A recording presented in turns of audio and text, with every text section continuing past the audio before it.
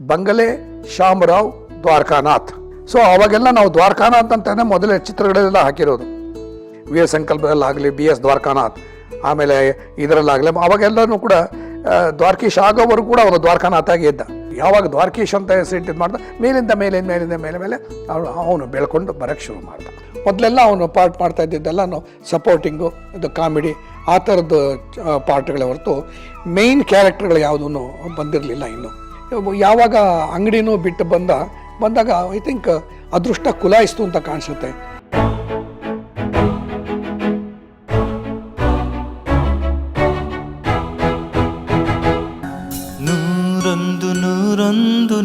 ಎರಡನೇ ಪಿಕ್ಚರಲ್ಲೂ ಕೂಡ ಹುಣಸೂರು ಅವರು ಅವನು ಕೈ ಬಿಡಲಿಲ್ಲ. ಎರಡನೇ ಪಿಕ್ಚರಲ್ಲೂ ಕೂಡ ಅವನಿಗೆ ಅವಕಾಶ ಕೊಟ್ಟರು. ಅದು ಕೇಳಲೇಬೇಕಾಗಿಲ್ಲ. ಸತ್ಯ ಹರಿಶ್ಚಂದ್ರ, ಇವತ್ತು ಕೂಡ ಸತ್ಯ ಹರಿಶ್ಚಂದ್ರ, ರಾಜ್ಕುಮಾರ್, ಪಂಡ್ರಿಬಾಯ್, ಎಂ ಪಿ ಶಂಕರ್ ಅವರ ಆ ಅಭಿನಯಕ್ಕೆ ಅದು ಇವತ್ತಿಗೂ ಅದು ಫೇಮಸ್ ಆಗಿರೋ ಚಿತ್ರ ಅದು. ಅದರಲ್ಲಿ ಕೂಡ ಈ ಶಿಷ್ಯರು ಬರ್ತಾರೆ. ಆ ಶಿಷ್ಯಂದರು ಬಂದಾಗ ಅದರಲ್ಲೂ ಕೂಡ ದ್ವಾರಕೀಶ್ ಅವ್ರನ್ನ ಹಾಕಿದ್ದಾರೆ. ಅದರಲ್ಲೂ ಹಾಡು ಗೀಡು ಎಲ್ಲನೂ ತುಂಬ ಚೆನ್ನಾಗಿದೆ ಹಾಡಲ್ಲಿ, ಆ ಪಾಠಗಳು. ಐ ಥಿಂಕ್ ನಂಗೆ ತಿಳಿದ ಮಟ್ಟಿಗೆ ಶ್ರದ್ಧದೂಟ ಸುಮ್ಮನೆ ನೆನೆಸಿಕೊಂಡ್ರೆ ಜುಮ್ಮನೆ ಬಾಯಾರ್ತಯ್ಯ ತಂದೆದೆನ್ನ ನೆನ್ನನೆ ಅಂತ ಇದರಲ್ಲೆಲ್ಲ ಇವ್ರುಗಳೆಲ್ಲನೂ ಈ ಕಾಮಿಡಿಯವನ್ನೆಲ್ಲ ಸೇರಿಕೊಂಡು ಊಟದ ಬಗ್ಗೆ ಮಾತಾಡೋದು. ಸೊ ಈ ಹಾಡಲ್ಲೂ ಕೂಡ ಅವನು ತುಂಬ ಚೆನ್ನಾಗಿ ಪಾರ್ಟ್ ಮಾಡಿದ್ದ. 2 ಸಿನಿಮಾ ಆಯಿತು. ಸೊ ಮೊದಲು 2-3 ಸಿನಿಮಾದಲ್ಲಿ ಹುಣಸೂರು ಅವರೇ ಅವನಿಗೆ ಅವಕಾಶ ಕೊಟ್ಟು ಅವನ್ನ ಮೇಲ್ಗಡೆ ತಂದು ಇವನೊಬ್ಬನ ನಟನಾಗಿ ತೋರಿಸಿದ್ದು ಹುಣಸೂರು ಕೃಷ್ಣಮೂರ್ತಿಗಳು. 2 ಚಿತ್ರಗಳ ನಂತರ ಹುಣಸೂರು ಕೃಷ್ಣಮೂರ್ತಿಗಳು ಹೇಳಿದಲ್ಲ, ಅವ್ರು ಯಾವಾಗಲೂ ಬ್ಯುಸಿಯಾಗಿರ್ತಿದ್ರು. ದೊಡ್ಡ ಕಂಪ್ನಿನೇ ಅವ್ರನ್ನ ಕರಿತಾ ಇದ್ದಿದ್ದು. ಈಗಿದ್ದು ವಿಜಯವಾಹಿನಿ ಸ್ಟುಡಿಯೋಸ್ ಅಂದ್ಬಿಟ್ಟು ಐ ಥಿಂಕ್ ಆವತ್ತೊಂದು ದಿವಸಕ್ಕೆ ನಮ್ಮ ಇದರಲ್ಲೇ ತಮಿಳ್ನಾಡಲ್ಲೇ ಆಗಲಿ ಅದೇ ದೊಡ್ಡ ಸ್ಟುಡಿಯೋಗಳಿದ್ದು 13 ಫ್ಲೋರ್ಸ್ ಇತ್ತು ಅಲ್ಲಿ. ಅವ್ರದ್ದು ದೊಡ್ಡ ಇದು ಪ್ರೊಡಕ್ಷನ್ ಇತ್ತು. ತಮಿಳು, ತೆಲುಗು, ಹಿಂದಿ ಎಲ್ಲನೂ ತೆಗಿತಾ ಇದ್ದು ಕಂಪನಿ ಅದು. ನಂತರದಲ್ಲಿ ಅವರು ರಾಮ್ ಅವ್ರ ಶ್ಯಾಮ್ ಕೂಡ ತೆಗೆದಿದ್ದು, ದಿಲೀಪ್ ಕುಮಾರ್ ಪಿಕ್ಚರ್ಗಳು ಕೂಡ ತೆಗೆದವರು, ರಾಜ್ಕುಮಾರ್ ಪಿಕ್ಚರ್ಗಳೆಲ್ಲ ತೆಗೆದಿದ್ದಾರೆ. ರಾಜ್ಕುಮಾರ್ ಪಿಕ್ಚರು ಒಂದು ಸತ್ಯ ಹರಿಶ್ಚಂದ್ರ ಆಯಿತು. 3ನೇ ಚಿತ್ರ ಇನ್ನೊಂದು ಚಿತ್ರ ಪ್ರಾರಂಭ ಮಾಡಿದ್ರು. ಅದು ಮದುವೆ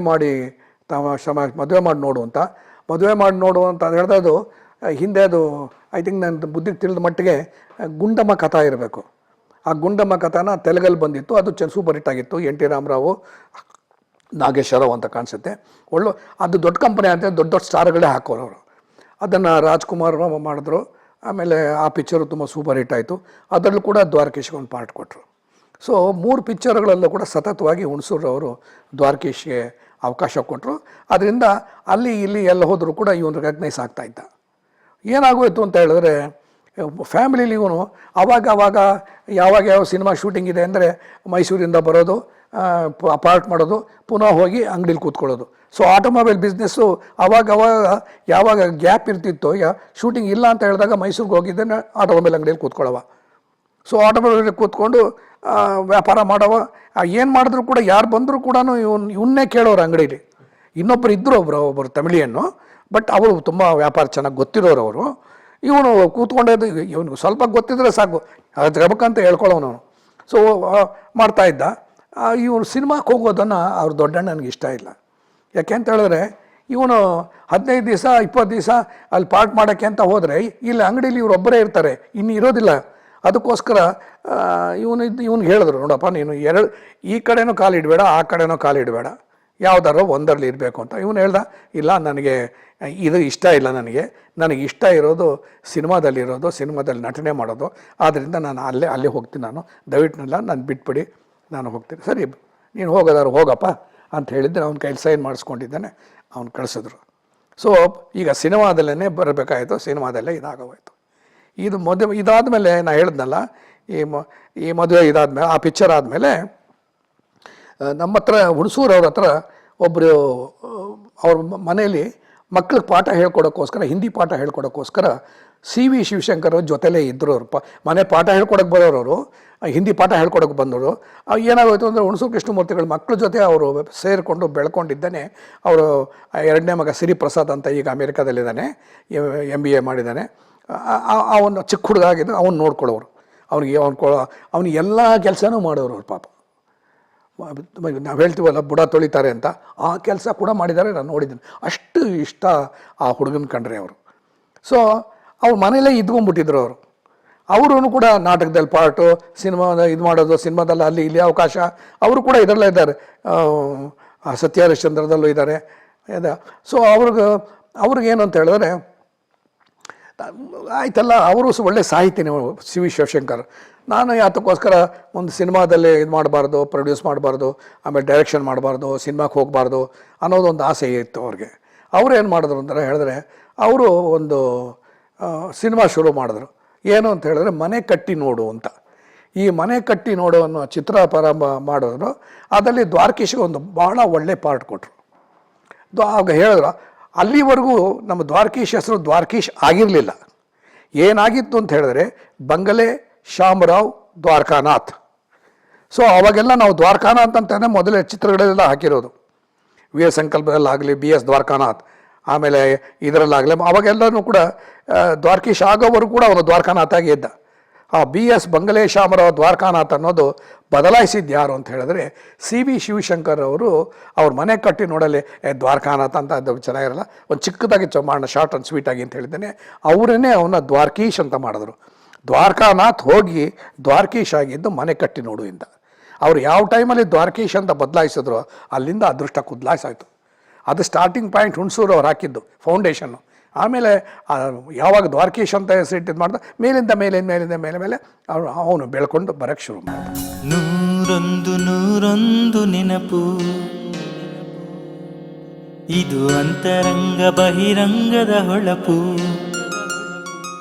ದ್ವಾರಕೀಶ್ ಅವ್ರಿಗೂ ಹುಣಸೂರು ಇನ್ನೊಂದು ಚಿತ್ರಕ್ಕೂ ಅವ್ರಿಗೆ ಅವಕಾಶ ಕೊಟ್ಟರು.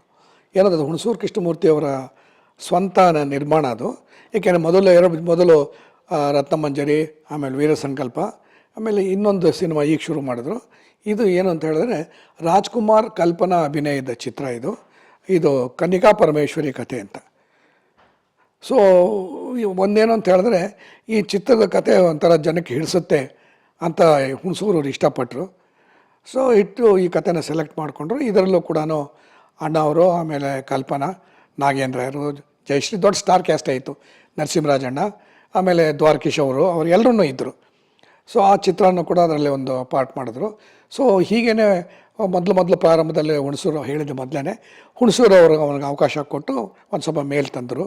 ಅದಾದಮೇಲೆ ಯಾವಾಗ ಅಂಗಡಿನೂ ಬಿಟ್ಟು ಬಂದಾಗ ಐ ಥಿಂಕ್ ಅದೃಷ್ಟ ಕುಲಾಯಿಸ್ತು ಅಂತ ಕಾಣಿಸುತ್ತೆ. ಯಾವಾಗ ಹುಣಸೂರು ಅವರು ಒಂದು ಫೌಂಡೇಶನ್ ಹಾಕಿದ್ರು, ಮನೆ ಕಟ್ಟಿ ನೋಡಾಯಿತು, ಇವೆಲ್ಲ ಚಿತ್ರಗಳೆಲ್ಲ ಸ್ವಲ್ಪ ಯಾಕಂದರೆ ಕರ್ನಾಟಕದಲ್ಲಿ ಇನ್ನೊಬ್ಬ ಇದ್ದಾನೆ ಅಂತ ಗೊತ್ತಾಯಿತು, ಒಬ್ಬ ಕಲಾವಿದ ಇದ್ದಾನೆ ಅಂತ ಗೊತ್ತಾಯಿತು. ಆಮೇಲೆ ರಾಜ್ಕುಮಾರ್ ಜೊತೆ ಪಾರ್ಟ್ ಮಾಡೋಕ್ಕೊಂದು ಅವಕಾಶ ಕೂಡ ಸಿಕ್ತು ದ್ವಾರಕೀಶ್ ಅವ್ರಿಗೆ ಕನಿಕಾ ಪರಮೇಶ್ವರಿಲಿ. ಅದ ನಂತರ ಬೇಕಾಷ್ಟು ಚಿತ್ರಗಳದ್ದು ಹೇಳ್ತೀನಿ, ಅದರಲ್ಲಿ ಪಾರ್ಟ್ ಮಾಡಿದ್ದಾರೆ ದ್ವಾರಕೀಶ್ ಅವರು. ಸೊ ಈಗ ದ್ವಾರಕೀಶ್ ಆಗೋಯ್ತು. ಈಗ ಬಿ ಎಸ್ ದ್ವಾರಕಾನಾಥ್ ಹೋಯಿತು, ಈಗ ದ್ವಾರಕೀಶ್ ಆಯಿತು. ದ್ವಾರಕೀಶ್ ಆದಮೇಲೆ ಅದೃಷ್ಟನ ಹೇಳಿದ್ನಲ್ಲ, ಸ್ವಲ್ಪ ಕುಲಾಯಿಸೋಕ್ಕೆ ಶುರು ಆಯಿತು. ಅಲ್ಲೊಂದು ಪಿಕ್ಚರು, ಇಲ್ಲೊಂದು ಪಿಕ್ಚರು. ಮೊದಲೆಲ್ಲ ಅವನು ಪಾರ್ಟ್ ಮಾಡ್ತಾ ಇದ್ದಿದ್ದೆಲ್ಲ ಸಪೋರ್ಟಿಂಗು, ಇದು ಕಾಮಿಡಿ, ಆ ಥರದ್ದು ಪಾರ್ಟ್ಗಳೇ ಹೊರತು ಮೇಯ್ನ್ ಕ್ಯಾರೆಕ್ಟರ್ಗಳು ಯಾವುದೂ ಬಂದಿರಲಿಲ್ಲ. ಅವನು ಇನ್ನೂ ನಾಯಕನಾಗಿರಲಿಲ್ಲ. ಸೊ ಅದು ಮುಂದೆ ಬರುತ್ತೆ. ಈಗ ಕನಿಕಾ ಪರಮೇಶ್ವರಿ ಆಯಿತು. ಕನಿಕಾ ಪರಮೇಶ್ವರಿ ಆದಮೇಲೆ ಇನ್ನೂ ಒಂದು ನಾನು ಹೇಳಿದ್ನಲ್ಲ, ಜನಕ್ಕೆ ಕಾಣಿಸೋಕ್ಕೆ ಶುರು ಆಯಿತು. ಪುರಂದರದಾಸ, ಅದರಲ್ಲೂ ಕೂಡ ಪಾರ್ಟ್ ಮಾಡಿದ್ರು. ಪುರಂದರದಾಸ ಅದೂ ಒಳ್ಳೆಯ ಚಿತ್ರ, ಅದನ್ನು ಕೂಡ. ಪುರಂದರದಾಸ ಆದಮೇಲೆ ನಾವು ಇನ್ನೊಂದೇನು ಅಂತ ಹೇಳಿದ್ರೆ KSL ಸ್ವಾಮಿ ಅವರ ರವಿ ಅಂತಲೂ ಕರೀತಾ ಇದ್ದಾರೆ. KSL ಸ್ವಾಮಿ ಅಂದರೆ ಲಕ್ಷ್ಮೀ ನರಸಿಂಹಸ್ವಾಮಿ ಅಂತ ಅವರು ಮೈಸೂರಿನವರೇ. ಅವರು ಈ ಲಷ್ಕರ್ ಮೊಹಲ್ಲಾ ಹತ್ರ, ಗಾಂಧಿ ಸ್ಕ್ವೇರ್ ಹತ್ರನೇ ಅವರು ಇರ್ತಿದ್ದಿದ್ದು.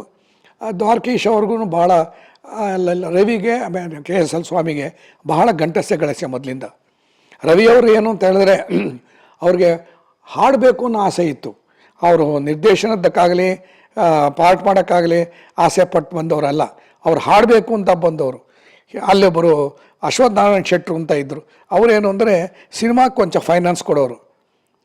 ಬಿ ವಿಟ್ಲಾಚಾರ ಅಂತ ಇದ್ದರು, BV ಆಚಾರ್ಯ ಅಂತ. ಅವರು ಮೊದಲು BV ಆಚಾರ್ಯ, ಆಮೇಲೆ ನಮ್ಮ ರಾಜೇಂದ್ರ ಸಿಂಗ್ ಬಾಬು ಅಪ್ಪ ಶಂಕರ್ ಸಿಂಗ್ ಅಂತ, ಆಮೇಲೆ ಅವರು ಎಲ್ಲ ಸೇರಿಕೊಂಡು ಮಹಾತ್ಮ ಪಿಕ್ಚರ್ಸ್ ಅಂತ ಆಗಿನ ಕಾಲದಲ್ಲಿ ಮಾಡಿ ಜಗನ್ಮೋಹಿನಿ ಅಂತ ಚಿತ್ರ ಅಂಥದ್ದೆಲ್ಲ ಮಾಡಿದ ಕಂಪ್ನಿ. ಅವ್ರುಗಳಿಗೆಲ್ಲ ಇವರು ಸ್ವಲ್ಪ ದುಡ್ಡು ಕೊಡ್ತಾಯಿದ್ರು, ಈ ಶೆಟ್ರು, ಅಶ್ವತ್ಥನಾರಾಯಣ ಶೆಟ್ರು ಅಂತ.